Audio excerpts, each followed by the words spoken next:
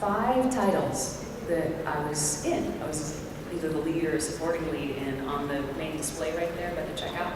And the guy running the checkout was just, he was like, really? Do you? I was like, hey, what? You know, like I was inconveniencing him by giving him my money. I'm sorry. And I was just so pissed about it. He was just such a jerk to the person in front of me and then to me. And I was like, you know what? I could end you in 1 sentence. But I won't. I'm not going to tell you what I do. I'm not going to tell you who I am. And I just left the store and I was like,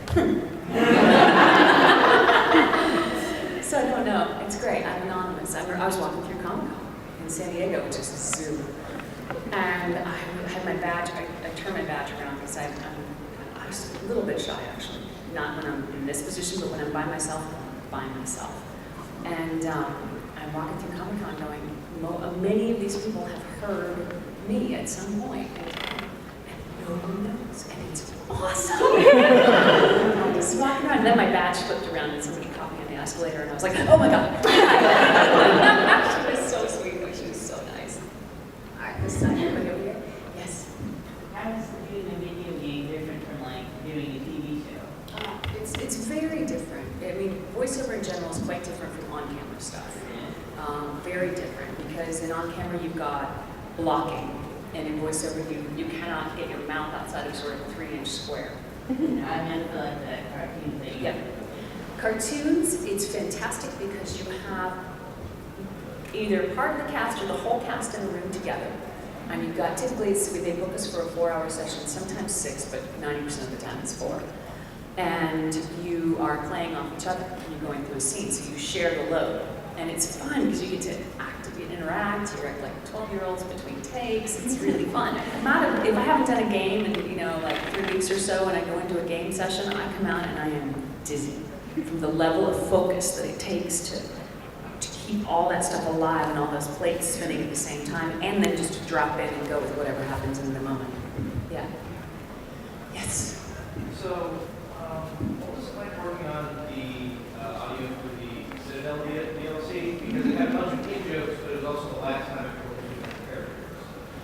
It was really, really fun working on the Citadel stuff. It was amazing. And there's the production side of it is so loaded up. They don't always have the time for the little luxuries of saying, oh, and tell them when they come it's going to be their last session. So I showed up at the last session for Mass Effect after 7 years and 6 years, and I was like, oh wow, this is it. Oh wow, wow! But it was a blast, and it was a little, there's a little choking up going on, but lots of love, lots of love. Yeah. When Mass Effect 3 was released, there was a lot of disappointment with the ending. How did that affect you? The ending, the brouhaha around the ending of Mass Effect 3 didn't affect me directly at all.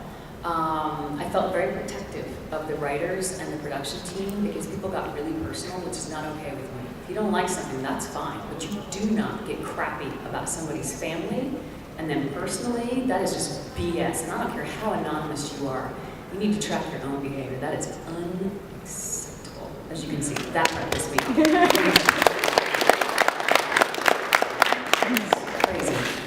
If you think that leaving negativity and meanness out in the world goes unnoticed because you're anonymous or invisible, you're wrong. There is a collection of that energy that's going to come down on your ass. Anyway, that's how I feel about that. I was actually kind of excited that people were so worked up because it meant that we had really everybody connected to it so strongly. And that's a huge compliment. And I loved the way that BioWare jumped in and responded. And I loved the creation of the Citadel stuff. It was a big love letter to the fans and a big button for everybody and the extended stuff on the ending. I thought it all came together really well. And when how many people in here write? Okay, wow, I love you all. Writers make the world go round, you really do. If you've ever written, you know how hard it is to write an ending, right? Endings are very hard. Now imagine an ending of something that's gone on for 3 volumes with a million different iterations of possibility and tens of thousands of co-authors. Now come up with an ending. Good luck. So I think they did a great job. That's my feeling about the ending. Yeah. Yes. Well, just wondering, something not Mass Effect related, but more Metal Gear related. What was your thoughts on David Hayter being replaced with Kiefer Sutherland for Metal Gear Solid? I'm really sad Dave's not Snake. I'm sad about that. I think Kiefer Sutherland's a great guy, great actor. But to me, Dave is and always will be Snake. Exactly. Yeah, I just, and I understand there's things that I don't know about part of that decision, but Dave to me is and always will be Snake. Yeah. Yes. I do get to sing a little bit, yeah. What did I do the other day? I can't remember. Yeah, I do. I don't remember what I sang last, though, it's been too long. Let's see, there was another. Yes, you had a follow-up to your Well, it's just a very simple one of all of the love interest in the Mass Effect series. Which one was your favorite? Very simple. Which love interest in Mass Effect is my favorite?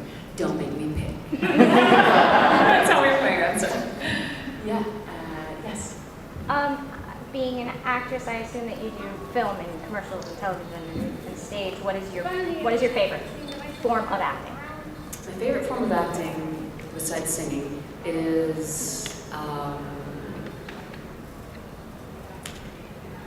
voiceover with people I love and respect, and movies with people I love and respect. Yeah, those are my two favorites. And TV, filming of any kind. As long as the team is there and it's a fun team. I did an episode of this awesome series called Shelf Life with Tara Platt and Yuri Lowenthal. Yeah, I got to come in and be the most insane, Killerina was her name. She's a psycho ballerina, and it was so much fun. And then I just worked on Dave Hayter's movie, Wolves, that's coming out. I got to work in that, and they had special effects, and it was a night shoots, and it was just a joy going to work. I mean, also because I've known Dave for, oh my gosh, for 18 years, and it was just awesome to see that all coming together.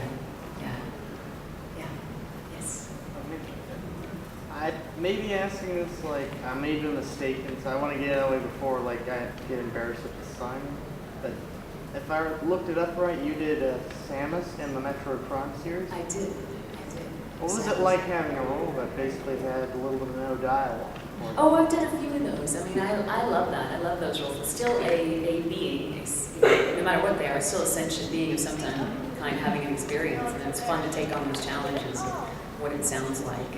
And also the physical stuff, I like that because I'll be rock climbing or riding or biking or doing something and inevitably hurt myself or fall or get shocked, or like I did a lead fall once. I was climbing and I was just about to clip in and I slipped and I came down, like I did a big fall, and I was fascinated by this. Part of me's going, ah, and the rest of me's going, that's a really good sound. It's just, it happens, I was running with my horse once at a really deep sounding arena, and I totally tripped and face planted. And I made this awesome sound, and like, as I've got sand in my mouth and all over me, I'm like, well, that's a really good sound.